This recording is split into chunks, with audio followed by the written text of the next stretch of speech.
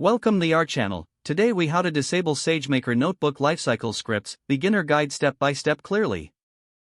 To disable SageMaker Notebook Lifecycle Scripts, start by logging into your AWS Management Console. Navigate to the Amazon SageMaker service from the main dashboard.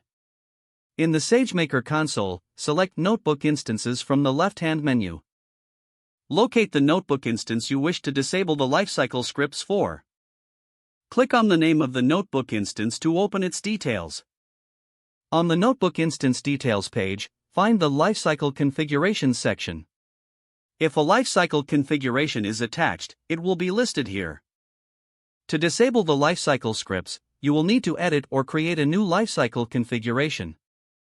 To create a new configuration, click on Lifecycle Configurations in the left-hand menu. Then click on Create Lifecycle Configuration. You will see options for on Create and on Start scripts. Leave both fields blank to effectively disable the lifecycle scripts. Provide a name for your new lifecycle configuration and click Create. Once your new lifecycle configuration is created, select the notebook instance again and click the Edit button. In the Edit settings, change the lifecycle configuration to your newly created version. Click on Update Notebook Instance to save your changes. Your notebook instance will now use the new lifecycle configuration with disabled scripts. You can confirm the changes have taken effect by checking the Lifecycle Configurations section again. Now, your SageMaker notebook instance should operate without executing any lifecycle scripts. If the page does not load, refresh the browser or try again in a private or incognito window.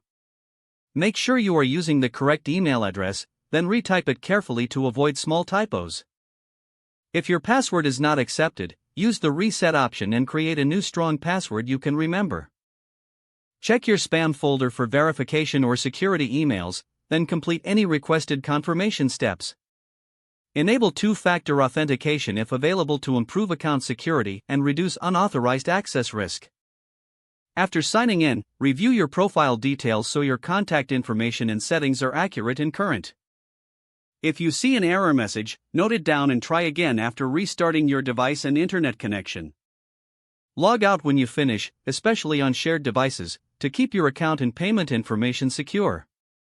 If the page does not load, refresh the browser or try again in a private or incognito window. Make sure you are using the correct email address, then retype it carefully to avoid small typos. Don't forget to like this video and subscribe to our channel for more step-by-step tech guides.